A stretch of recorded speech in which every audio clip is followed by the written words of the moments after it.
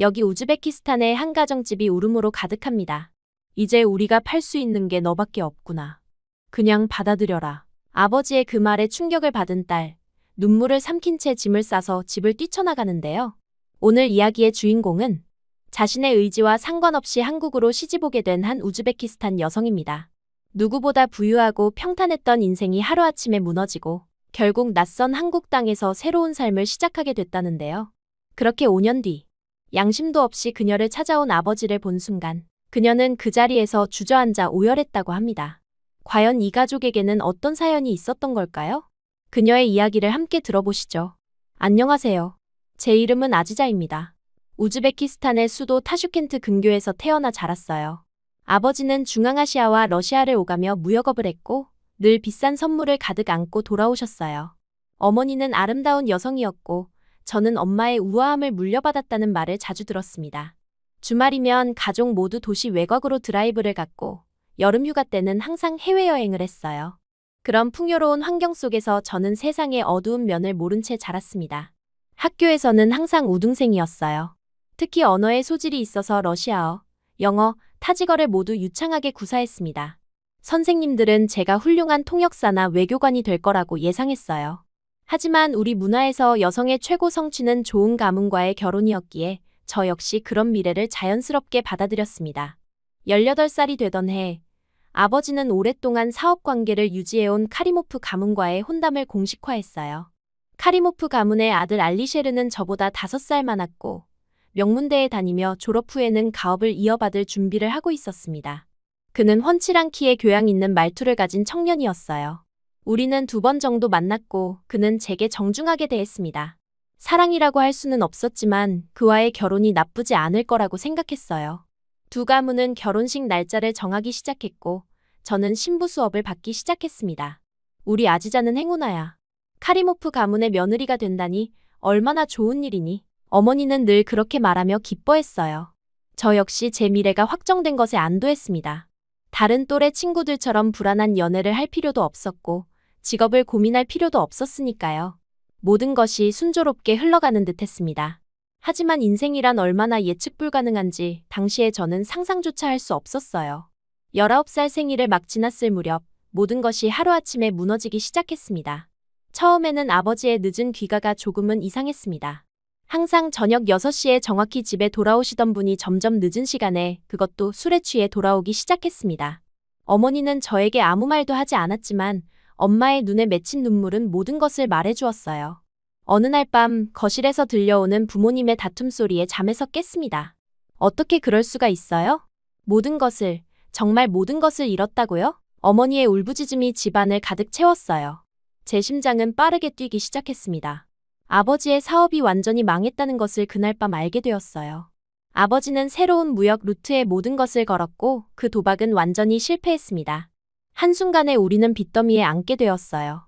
다음 날 아침, 카리모프 가문에서 파기 통보가 왔습니다. 제 미래의 남편이 될 뻔했던 알리셰르는 이런 방구 없이 사라졌어요. 그들에게 저는 더 이상 가치 있는 신부감이 아니었습니다. 단지 몰락한 사업가의 딸일 뿐이었어요. 그 소식을 들었을 때 저는 처음으로 세상의 냉혹함을 느꼈습니다. 어제까지만 해도 저를 존중했던 사람들이 하루아침에 등을 돌리는 모습을 보며 제 마음은 얼어붙었어요. 그 이후의 날들은 악몽 같았습니다.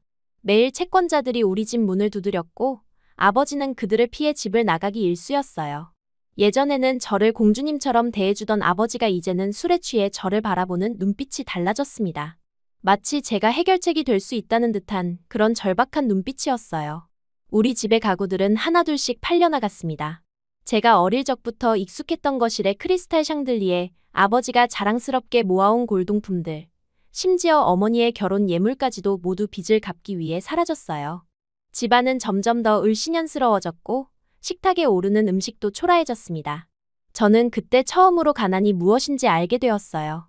친구들도 하나둘씩 멀어졌습니다. 예전에는 제 생일 파티에 기꺼이 참석하던 그들이 이제는 전화도 받지 않았어요. 학교에서도 저를 바라보는 시선이 달라졌습니다. 마치 저에게 불행이 전염될 것을 두려워하는 듯했어요. 갑자기 저는 외톨이가 되었습니다. 그 고립감은 제 마음을 더욱 무겁게 했어요. 어느 날 밤, 아버지는 제게 다가와 어깨를 잡았습니다. 아지자, 너는 누가 봐도 아름다워. 내 미모는 우리 가족을 구할 수 있어. 아버지의 그 말에 소름이 돋았어요. 그때 저는 이미 알았습니다. 제가 어떤 운명을 맞이하게 될지를요. 다음 날 국제결혼 중개업자가 우리 집을 방문했을 때 제 심장이 멈춘 듯이 어지러웠어요. 그는 한국 남자들이 어떻게 아내를 소중히 여기는지, 얼마나 경제적으로 안정되어 있는지 늘어놓았습니다. 21살이면 충분히 좋은 조건을 받을 수 있습니다. 특히 아지자 같이 아름다운 아가씨라면요. 중개업자의 말에 아버지는 눈을 반짝였어요.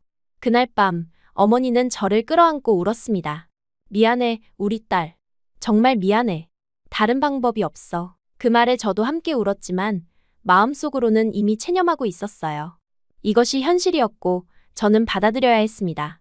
대학 공부를 계속하고 싶었고 제 꿈도 있었지만 그런 사치를 생각할 여유는 더 이상 없었어요. 가족을 위해, 특히 몰락한 아버지를 위해 제가 희생해야 했습니다. 첫 번째 맞서는 참담했어요. 저보다 20살이나 많은 남자가 저를 품평하듯 바라봤습니다. 마치 제가 시장에 나온 물건처럼 느껴졌어요. 그의 거친 손이 제 손을 잡았을 때 온몸에 소름이 돋았습니다. 다행히 그 맞선은 성사되지 않았어요. 두 번째, 세 번째 맞선도 마찬가지였습니다. 모두 40대에 가까운 남자들이었고 제가 그들의 눈에는 그저 젊고 이쁜 여자로만 보인 것 같았어요. 아내를 찾는 게 아니라 여자를 찾아온 것처럼. 네 번째 맞선에서 만난 남자는 달랐습니다. 31의 그는 다른 이들보다 훨씬 젊었고 무엇보다 제 눈을 똑바로 바라봤어요. 그의 이름은 정민호였습니다. 그는 말이 적었지만 그 눈빛에는 진정성이 담겨 있었어요. 그는 제게 한국어로 몇 마디를 건넸고 중개인이 번역해 주었습니다. 당신이 편안하게 느끼는 것이 중요합니다.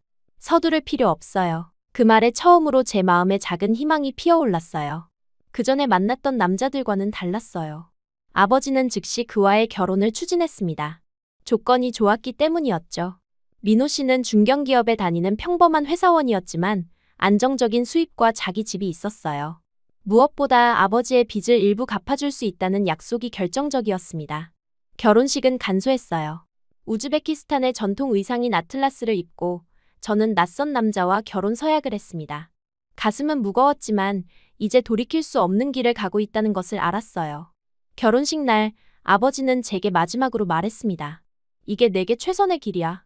너는 이제 새 인생을 시작하는 거야. 그 말이 위로가 될 리 없었어요. 저는 그날 밤 아버지를 원망했습니다. 자신의 실패로 인해 딸을 팔아넘긴 아버지를. 하지만 동시에 그런 상황까지 몰린 아버지의 절망도 이해했어요. 아무도 이런 상황을 원하지 않았습니다. 그것이 가장 가슴 아픈 부분이었어요. 한국행 비행기에 오르며 저는 결심했습니다. 부모님과는 연락을 끊고 과거는 모두 잊기로. 새로운 삶에 적응하고 이제는 제 자신만 생각하기로 했어요. 창밖으로 보이는 구름 위로 제 고향 타슈켄트가 점점 멀어져 갔습니다. 눈물이 흘렀지만 저는 그것을 닦아내며 마음을 다잡았어요. 이제 저는 한국인의 아내가 되어 완전히 다른 세상에서 살아가게 될 거였습니다. 인천공항에 도착했을 때 현실감이 없었어요. 모든 것이 너무 깨끗하고 정돈되어 있었습니다. 민호 씨는 공항에서 저를 기다리고 있었고 조심스럽게 제 짐을 들어주었어요. 그의 집으로 가는 길, 차창 밖으로 보이는 서울의 풍경은 압도적이었습니다. 고층 빌딩들과 번화가의 불빛들, 그리고 질서 정연하게 움직이는 사람들. 타슈켄트와는 완전히 다른 세상이었어요. 민호 씨의 집은 아파트였습니다. 크진 않지만 깔끔했고 모든 것이 정리되어 있었어요. 그는 제게 방을 내어주었고 무리하게 다가오지 않았습니다. 처음 며칠 동안 우리는 거의 대화를 나누지 못했어요. 언어의 장벽이 너무 컸거든요. 하지만 민호 씨는 인내심을 가지고 천천히 한국어를 가르쳐주기 시작했습니다. 천천히 배우면 돼요. 서두를 필요 없어요. 그의 그 한마디가 제게는 큰 위로가 되었어요.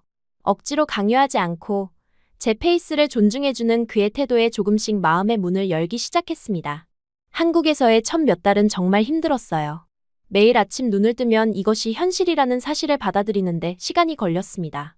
낯선 천장, 낯선 냄새, 낯선 소리들. 모든 것이 제게는 이질적이었어요. 특히 언어의 장벽은 가장 큰 고통이었습니다. 가장 기본적인 의사소통조차 어려웠고 그로 인한 좌절감은 매일 저를 지치게 했어요. 민호 씨는 제 상황을 이해하려 노력했습니다. 그는 출근 전에 항상 제가 필요한 것들을 메모지에 그림으로 그려놓고 갔어요.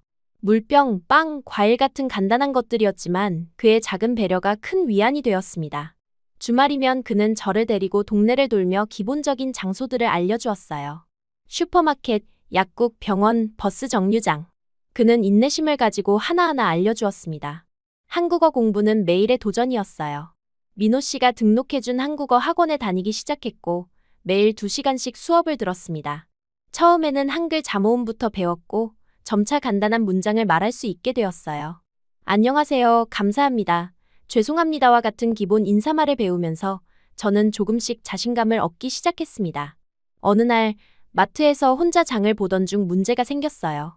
계산대에서 제 카드가 작동하지 않았고 저는 당황했습니다. 한국어로 상황을 설명할 수 없어 식은땀이 흘렀어요. 그때 뒤에 서 있던 한 중년 여성이 제게 다가왔습니다. 괜찮아요. 제가 도와드릴게요. 그녀는 웃으며 저를 도와주었어요. 알고 보니 그녀는 우리 아파트 같은 동에 사는 이웃이었습니다. 박 선생이라고 자신을 소개한 그녀는 전직 교사였고 제가 한국에 적응하는 데 많은 도움을 주었어요.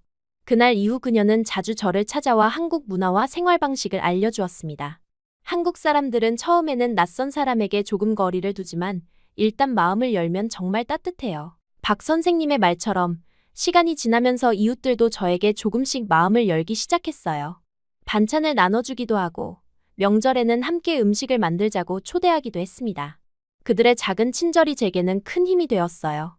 민호 씨는 제가 한국 생활에 적응할 수 있도록 주말마다 여러 곳을 데려갔습니다. 남산타워, 경복궁, 인사동. 한국의 아름다운 명소들을 구경하며 저는 이 나라의 역사와 문화에 조금씩 매료되기 시작했어요. 특히 경복궁의 웅장함은 저를 압도했습니다. 수백 년의 역사가 살아 숨쉬는 그곳에서 저는 처음으로 한국의 깊이를 느꼈어요. 이젠 우리나라가 마음에 드세요? 민호 씨의 질문에 저는 솔직하게 답했습니다. 아직 완전히 적응하지는 못했지만 한국의 질서와 안전함이 좋다고요. 우즈베키스탄에서는 밤에 여성 혼자 걸어다니는 것이 위험했지만 한국에서는 밤늦게도 안심하고 돌아다닐 수 있었어요.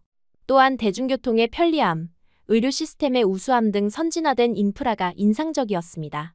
결혼 후 1년쯤 지났을 때 저는 한국어로 간단한 일상 의사소통은 충분히 가능해졌어요.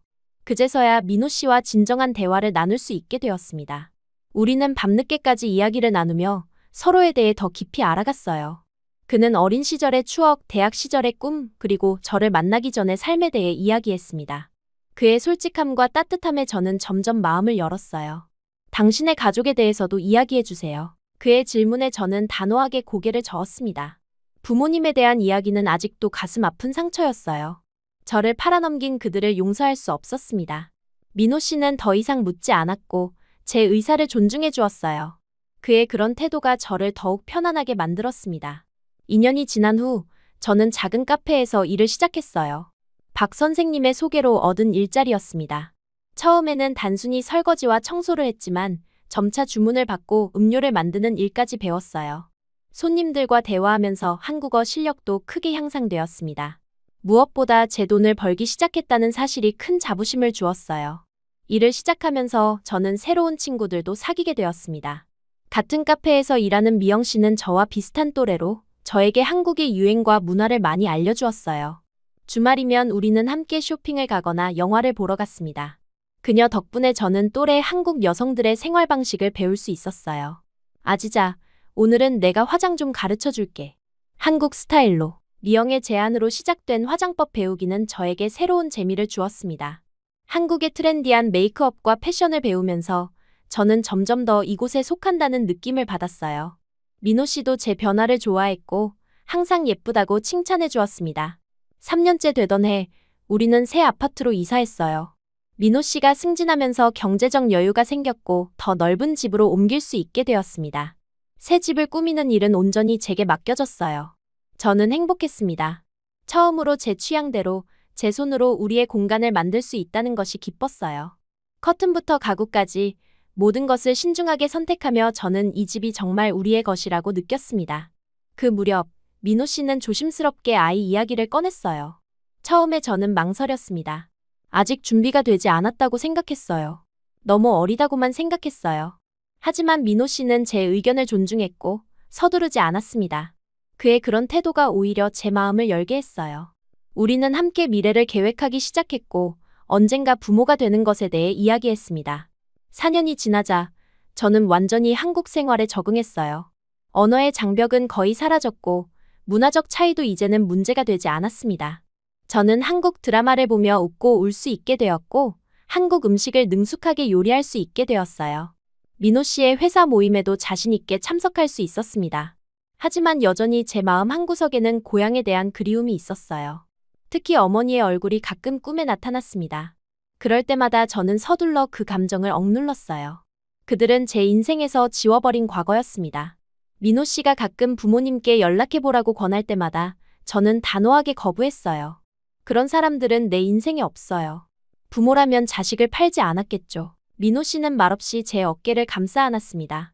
그는 제 상처를 이해하려 노력했고 강요하지 않았어요. 그의 그런 이해심이 더욱 저를 감동시켰습니다. 5년이 흐른 지금 우리는 안정된 부부가 되었어요. 민호 씨는 회사에서 중요한 위치에 오르게 되었고 저는 카페 매니저로 일하게 되었습니다. 우리는 아이를 가질 계획을 구체적으로 세우기 시작했어요. 다음 달부터 아이를 갖기 위해 노력하기로 했습니다. 새 생명을 맞이할 준비를 하면서 저는 처음으로 완전한 행복을 느꼈어요. 아지자, 당신은 정말 훌륭해요. 모든 어려움을 이겨내고 여기까지 왔잖아요. 민호 씨의 말에 저는 눈물을 참을 수 없었습니다. 그는 제가 얼마나 많은 것을 포기하고 이곳에 적응했는지 알고 있었어요. 그의 따뜻한 인정이 제게는 큰 위로가 되었습니다. 이제 저는 한국을 제 집이라고 느껴요. 이곳에서 저는 새로운 정체성, 새로운 삶을 찾았습니다. 처음에는 강요된 선택이었지만 지금은 감사함을 느끼고 있어요. 민호 씨와의 만남은 제 인생의 축복이었습니다. 그는 제게 존중과 사랑이 무엇인지 가르쳐 주었어요. 그러나 부모님에 대한 생각만큼은 바뀌지 않았습니다. 그들은 제 마음속에서 완전히 지워버린 존재였어요. 적어도 저는 그렇게 믿고 싶었습니다. 하지만 운명은 때때로 우리가 예상하지 못한 방향으로 흘러가기 마련이죠. 어느 평범한 금요일 저녁이었어요. 민호 씨가 평소보다 일찍 퇴근했고 저는 그의 얼굴에서 무언가 다른 점을 느꼈습니다. 평소와 달리 조금 긴장한 듯했고 뭔가 말하려다 말고 머뭇거리는 모습이 이상했어요. 저녁 식사 후 그는 갑자기 말을 꺼냈습니다. 내일 시간 비워둬요. 중요한 일이 있어. 무슨 일인지 물었지만 그는 웃으며 가보면 알게 될 거예요. 라고만 대답했어요. 그날 밤 저는 쉽게 잠들지 못했습니다. 민호 씨의 수상한 행동이 마음에 걸렸어요. 그는 평소 깜짝 이벤트를 준비하는 스타일이 아니었습니다. 혹시 좋지 않은 소식을 전하려는 건 아닐까? 밤새 이런저런 상상을 하며 뒤척였어요. 다음 날 아침, 민호 씨는 일찍 저를 깨웠습니다. 그는 제게 단정하게 차려입으라고 했어요. 저는 무슨 일인지 계속 물었지만 그는 여전히 미소만 지을 뿐이었습니다. 그런 그의 모습에 불안감이 더 커졌어요. 하지만 동시에 민호 씨를 믿고 있었기 때문에 그의 뜻을 따르기로 했습니다. 우리는 차를 타고 이동했어요. 창밖으로 익숙한 풍경이 지나가다가 문득 표지판이 눈에 들어왔습니다. 인천국제공항이라는 글자를 보는 순간 심장이 빠르게 뛰기 시작했어요. 공항? 왜 공항에 가는 걸까? 여행을 간다면 미리 짐을 챙겼을 텐데 아무것도 준비하지 않았는데요. 민호 씨, 우리 어디 가는 거예요? 왜 공항에 가는 거죠? 제 질문에 그는 여전히 조금만 참아요. 곧 알게 될 거예요. 라고만 대답했습니다. 그의 목소리에는 약간의 긴장감이 묻어 있었어요. 이제는 정말 궁금증을 참을 수 없었지만 더 이상 묻지 않기로 했습니다. 공항에 도착해 주차장에 차를 세우고 우리는 천천히 터미널 안으로 들어갔어요. 민호 씨는 제 손을 꼭 잡고 있었습니다. 그의 손이 약간 떨리는 것을 느낄 수 있었어요. 우리는 국제선 도착 게이트 쪽으로 향했습니다. 제 머릿속은 온통 물음표로 가득했어요. 도대체 무슨 일이 벌어지고 있는 건지 전혀 감이 잡히지 않았습니다. 도착 게이트 앞에 도착했을 때 민호 씨는 제게 잠시 앉아서 기다리자고 했어요. 전광판을 보니 타슈켄트발 비행기가 막 도착했다고 표시되어 있었습니다. 타슈켄트? 제 고향에서 오는 비행기라니? 갑자기 온몸이 얼어붙는 느낌이 들었어요. 누가 오는 걸까? 설마.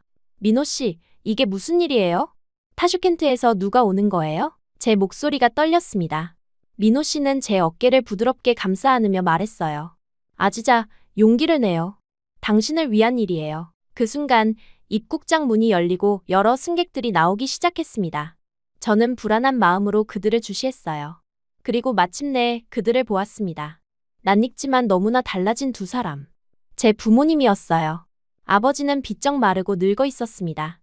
예전에 보았던 건장하고 자신감 넘치던 모습은 온데간데 없었어요. 어머니도 마찬가지였습니다. 수척해진 얼굴에 깊은 주름이 패여 있었어요. 그들은 불안한 눈빛으로 주위를 둘러보다가 저를 발견했습니다. 그 순간 어머니의 눈에서 눈물이 흘러내렸어요. 저는 그 자리에 얼어붙었습니다. 5년 동안 생각지도 않으려 했던, 제 마음속에서 지워버리려 했던 그 사람들이 지금 제 앞에 서 있었어요. 온갖 감정이 한꺼번에 밀려왔습니다. 분노, 원망, 그리움, 슬픔.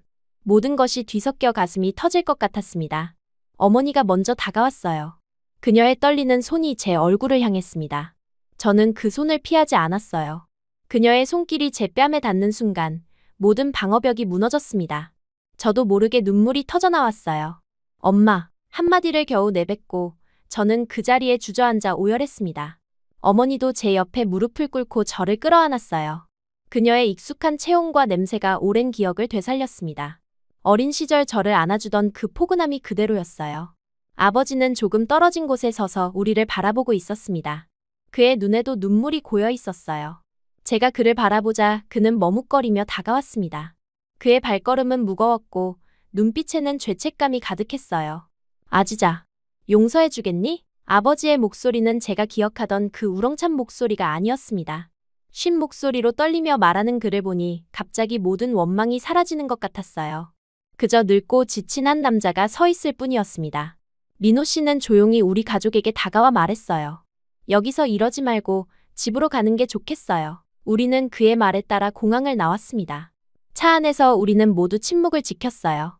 너무 많은 감정이 교차하는 순간이었고 아직 정리할 시간이 필요했습니다. 집에 도착해서야 우리는 비로소 이야기를 시작했어요. 민호 씨가 먼저 입을 열었습니다. 그는 3년 전부터 부모님과 연락하고 있었다고 했어요.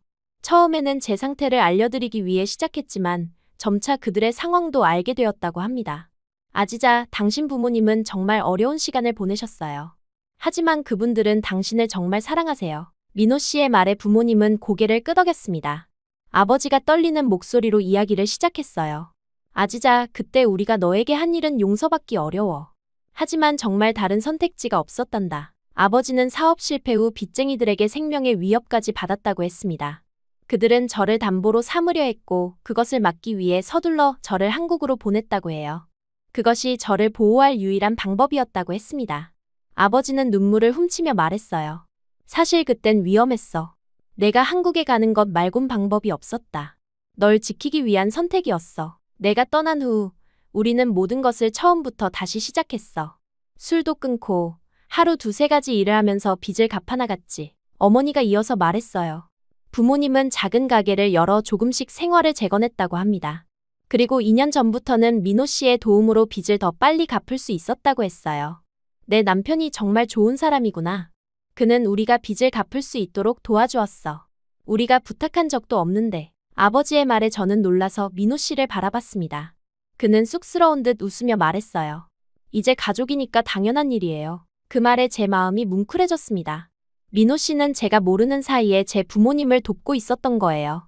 저는 그들을 원망하고 잊으려 했지만 민호 씨는 오히려 그들에게 손을 내밀었습니다. 어머니가 작은 가방에서 사진첩을 꺼냈어요. 거기에는 제가 어릴 적 사진들이 가득했습니다. 3살 때 처음 걸음마를 떼는 모습, 학교 입학식 날의 모습, 첫 피아노 발표회. 저는 그 사진들을 보며 다시 한번 눈물을 쏟았어요. 매일 이 사진들을 보며 내가 잘 지내길 기도했단다. 어머니의 말에 저는 더 이상 참을 수 없었습니다. 저는 그녀를 꼭 안았어요. 5년 동안 쌓아온 벽이 순식간에 무너졌습니다. 그들이 저를 버린 게 아니었어요. 그들 나름의 방식으로 저를 보호하려 했던 거였습니다. 그의 말을 들으니 갑자기 모든 것이 이해되었습니다.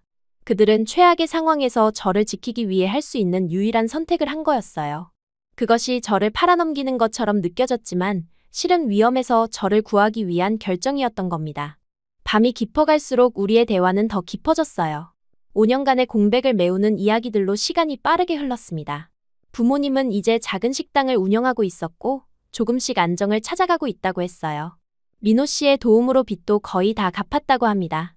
새벽이 되어서야 우리는 잠자리에 들었습니다. 저는 잠들기 전 민호 씨에게 물었어요. 왜 이제야 부모님을 만나게 해준 거예요? 그는 부드럽게 웃으며 대답했습니다. 당신이 준비될 때까지 기다렸어요.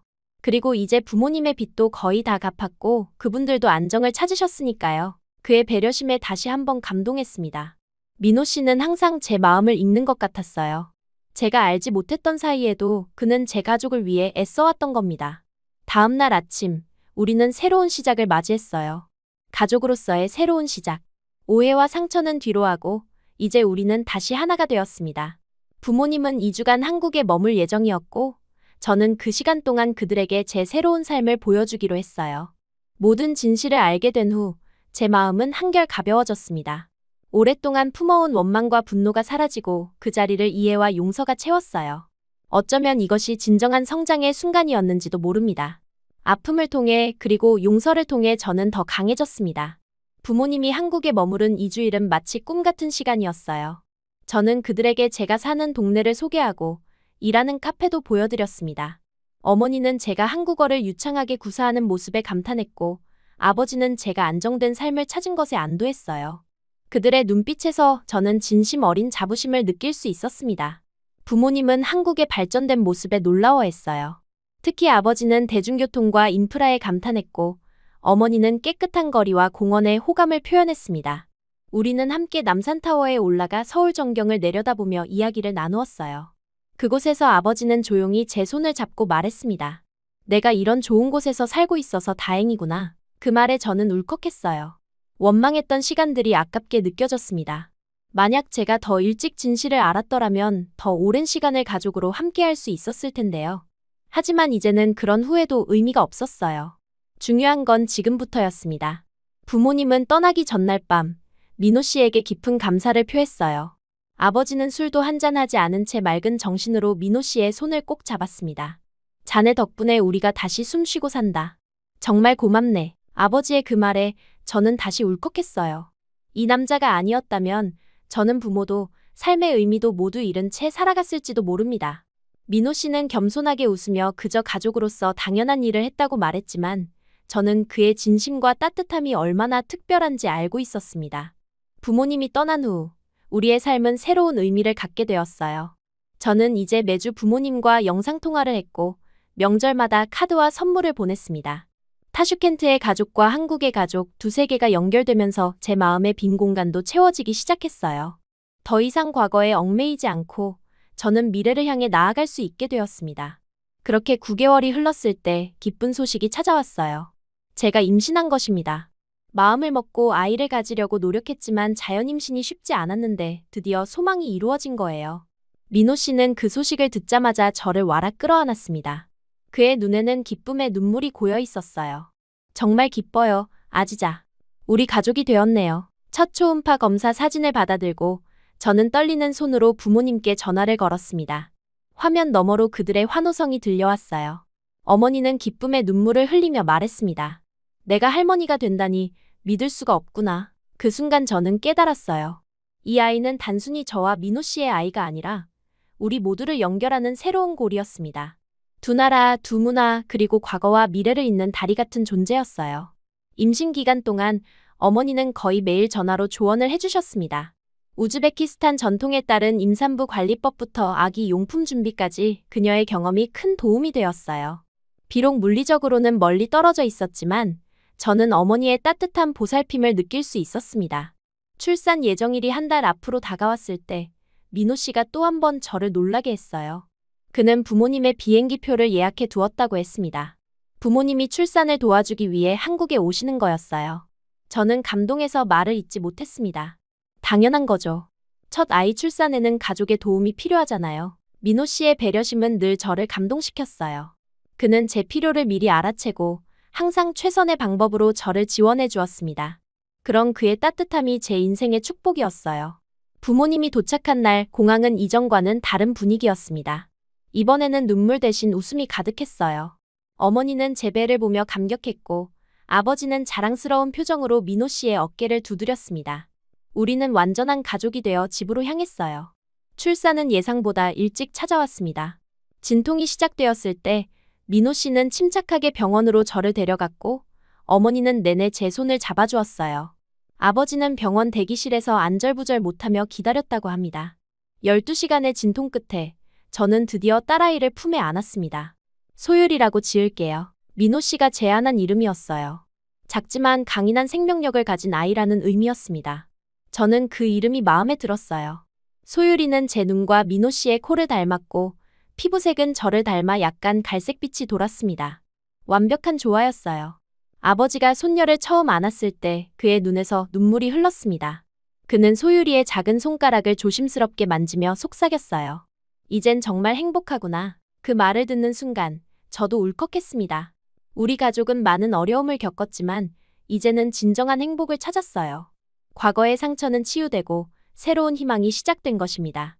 소율이가 태어난 후 부모님은 예정보다 길게 한국에 머물렀어요. 어머니는 제게 육아의 기술을 가르쳐 주었고 아버지는 민호 씨와 함께 아기 물품을 사러 다녔습니다. 우리 집은 웃음소리로 가득 찼어요. 때로는 문화적 차이로 인한 작은 갈등도 있었지만 서로를 존중하며 해결해 나갔습니다. 우즈베키스탄에서는 아기를 이렇게 감싸지 않아. 더 자유롭게 두는 게 좋아. 어머니의 조언에 처음에는 당황했지만 시도해보니 소율이가 정말 좋아하더군요. 한국과 우즈베키스탄의 육아 방식을 적절히 조합하면서 우리는 소율이만의 특별한 성장 환경을 만들어갔습니다. 부모님이 우즈베키스탄으로 돌아가기 전 우리는 가족 사진을 찍었어요. 소율이를 중심으로 둘러선 우리 모두의 얼굴에는 행복한 미소가 가득했습니다. 그 사진은 지금도 우리 거실에 걸려 있어요. 매일 그 사진을 볼 때마다 저는 얼마나 많은 것이 변했는지 새삼 실감합니다. 부모님이 떠난 후에도 우리는 긴밀한 연락을 유지했어요. 소율이의 성장 과정을 사진과 영상으로 공유했고 부모님은 우즈베키스탄의 소식을 전해주셨습니다. 놀랍게도 아버지는 작은 식당 사업이 잘 되어 점점 규모를 키워가고 계셨어요. 민호 씨의 도움으로 빚을 모두 갚은 후 이제는 안정적인 수입을 얻게 된 것입니다. 소율이가 첫 돌을 맞았을 때 우리는 부모님을 다시 한국으로 초대했습니다. 이번에는 더 여유롭고 즐거운 시간을 보냈어요. 부모님은 소율이의 성장한 모습에 감탄했고 우리는 함께 여행도 다녀왔습니다. 제주도의 아름다운 풍경 속에서 우리 가족은 더욱 단단해졌어요. 어느 날 저녁 아버지는 제게 조용히 말했습니다. 아지자, 내가 한국에 온 것이 결국은 축복이 되었구나. 그 말에 저는 고개를 끄덕였어요. 처음에는 불행처럼 느껴졌던 일이 결국 저에게 새로운 삶과 행복을 가져다 주었습니다. 민호 씨와의 만남, 한국에서의 적응, 그리고 소율이의 탄생까지. 모든 과정이 쉽지는 않았지만 그 여정이 저를 더 강하고 현명하게 만들었어요. 소율이가 두 돌이 되었을 때 우리는 처음으로 가족 모두가 우즈베키스탄을 방문했습니다. 민호 씨에게는 처음 가보는 곳이었고 소율이에게는 엄마의 고향을 알려주는 특별한 여행이었어요. 타슈켄트의 거리를 걸으며 저는 과거와 현재가 공존하는 묘한 감정을 느꼈습니다. 한때는 도망치고 싶었던 곳이었지만 이제는 그저 제 역사의 일부이자 딸에게 보여주고 싶은 문화적 뿌리였어요. 부모님의 식당은 생각보다 훨씬 컸습니다. 현지인들뿐만 아니라 관광객들도 많이 찾는 인기 있는 곳이 되어 있었어요. 아버지는 자랑스럽게 민호 씨에게 사업 이야기를 들려주었고 어머니는 소율이에게 우즈베키스탄 전통 의상을 입혀 기뻐했습니다. 우리는 2주 동안 머물며 친척들도 만나고 제 어린 시절 추억의 장소들도 둘러보았어요. 이제 우리는 1년에 2번 정도 서로의 나라를 방문하며 관계를 이어가고 있습니다. 거리는 멀지만 마음의 거리는 그 어느 때보다 가까워졌어요. 민호 씨는 우즈베키스탄 음식을 좋아하게 되었고 부모님도 한국 문화에 관심을 갖게 되었습니다. 소율이는 자연스럽게 두 문화를 흡수하며 자라고 있어요. 오늘도 저는 소율이를 재우며 생각했습니다. 이 모든 행복이 민호 씨 없이는 불가능했을 거라고요. 그는 제가 한국에 적응하도록 도와주었고 부모님과의 관계를 회복시켜 주었으며 소율이라는 선물을 안겨주었습니다. 매일 밤 그의 옆에 누울 때마다 저는 감사함을 느껴요. 당신 덕분에 정말 행복해요. 제 말에 민호 씨는 부드럽게 웃으며 제 손을 잡았습니다. 우리는 말없이 서로를 바라보았어요. 때로는 말보다 눈빛이 더 많은 것을 전달할 수 있다는 걸 저는 알고 있습니다. 가끔 저는 과거를 돌아봅니다. 만약 그때 아버지의 사업이 실패하지 않았다면, 만약 제가 한국에 오지 않았다면 제 인생은 어떻게 달라졌을까요? 하지만 이제는 그런 가정이 무의미하다는 것을 알아요. 제 인생의 모든 선택과 사건들이 저를 지금 이 자리로 이끌었고 저는 그 결과에 감사하고 있습니다. 삶은 예측할 수 없어요. 때로는 가장 어두운 순간이 가장 밝은 빛으로 이어지기도 합니다. 저에게 한국행은 처음에는 끔찍한 시련이었지만 결국 저를 진정한 행복으로 이끈 축복이 되었어요. 이제 저는 매일 아침 깨어날 때마다 감사함을 느낍니다. 소중한 가족, 두 나라에 걸친 문화적 풍요로움, 그리고 무엇보다 진정한 사랑을 찾은 것에 대해서요. 민호 씨를 바라보며 저는 매일 생각합니다. 이 사람이 아니었다면 저는 우리 가족은 다시 웃을 수 없었을 거라고요. 그리고 소율이의 작은 손을 잡을 때마다 저는 다짐해요. 어떤 어려움이 닥쳐도 우리 가족의 행복을 지키겠다고, 그리고 딸에게 두 나라의 아름다운 문화와 가치를 모두 물려주겠다고요. 이것이 제 이야기입니다. 무너진 집에서 시작해 새로운 나라에서 다시 일어선, 그리고 늦게 찾아온 행복을 소중히 간직하게 된 저의 이야기예요. 삶은 계속됩니다. 그리고 저는 이제 두려움 없이 앞으로 나아갈 준비가 되어 있습니다.